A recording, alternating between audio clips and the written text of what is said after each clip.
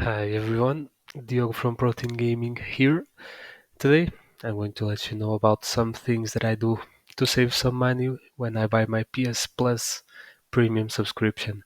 I have the PS Plus premium subscription that I pay every year in October. It was actually just a couple of days ago, and that's why I had an idea for creating a new video on my channel. Basically, I want to let you guys know about some ways of saving some money when you have to pay for this subscription. They keep increasing the prices, so we must find all ways that we can to save some money. So these tips are very simple, I mean, very easy to think of, but sometimes when you are buying your subscription, you kind of forget about them. So I'm just here to remind you. So the first one is very simple. Just share with a friend, right? If you have friends, hopefully you do. But the first step is to check with your friends if they have a PS5 or PS4 and if they want to share the cost of the PS Plus subscription. If they do, it's like half off immediately. And the good thing right now about the PlayStation is that there are two people who can have access to one account.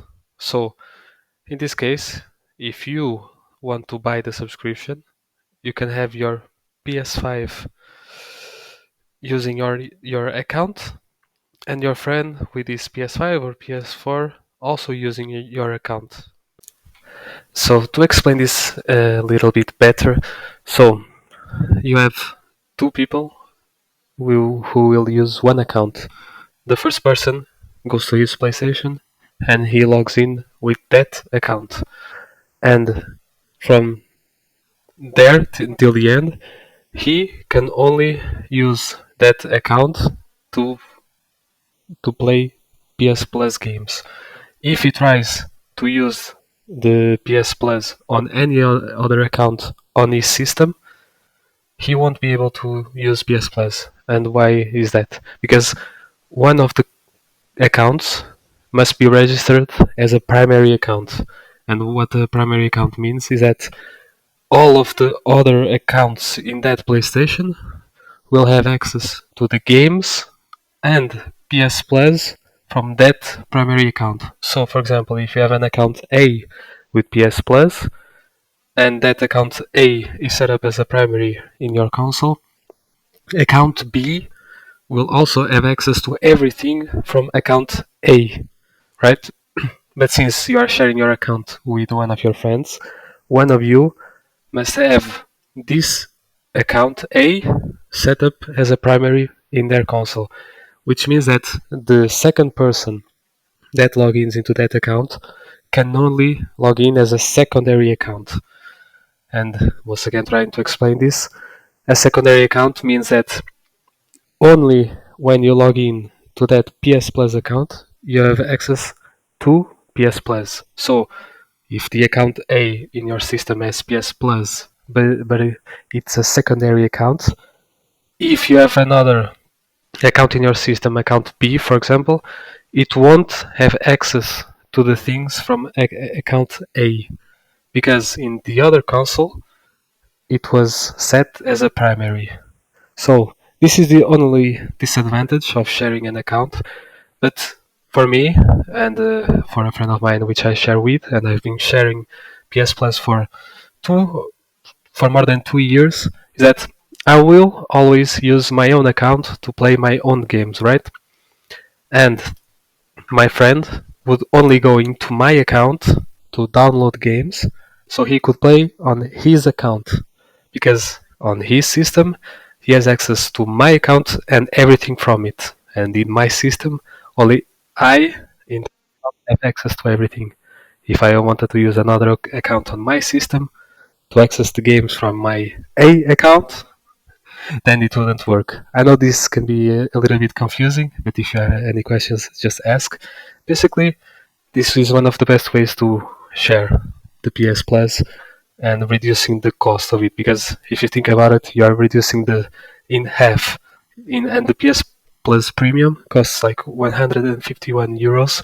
So if you divide that by two, you'll get a very good number instead of paying 150 every year. So that is the first option. Very easy if you have friends which have a PlayStation. So I'm hopeful that you do.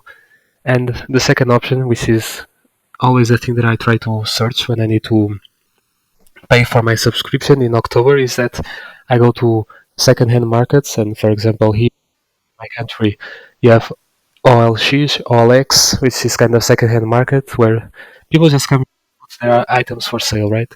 And in some cases, people come here and they have like gift cards to put some money into their PSN account, but somehow they don't want to use these funds. They just want the money directly, or they have an account in a different country and they can't use that money.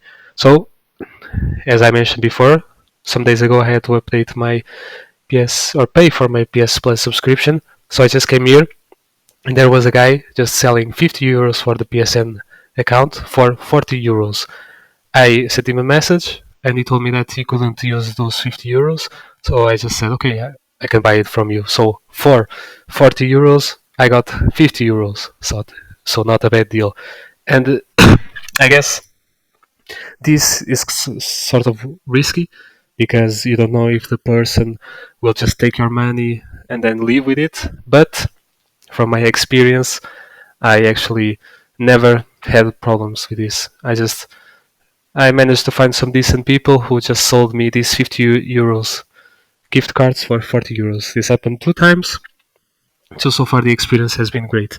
In this case, this person is selling for 35, a little bit more suspicious, but just send a message to the person or try to find this elsewhere if you feel a bit risky, right? But when it comes to saving money, we are always searching for the better options, right? So this is one option that I follow when I can, and it seems for me it has been working for 3 years.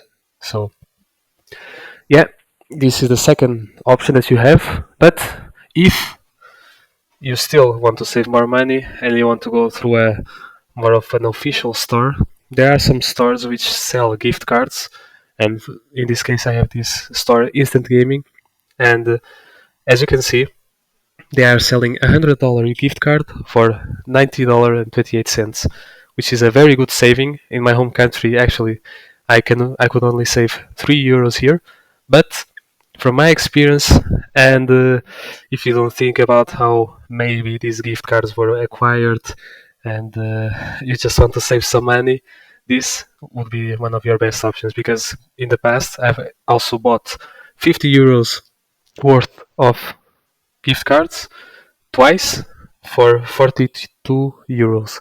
So it's like when you add up everything, like you are buying more, you are buying money for less money, and then you are also sharing this with a friend, possibly. So now the savings are even greater. So these are just one of some of the ways that I follow to save some money with my PS Plus subscription.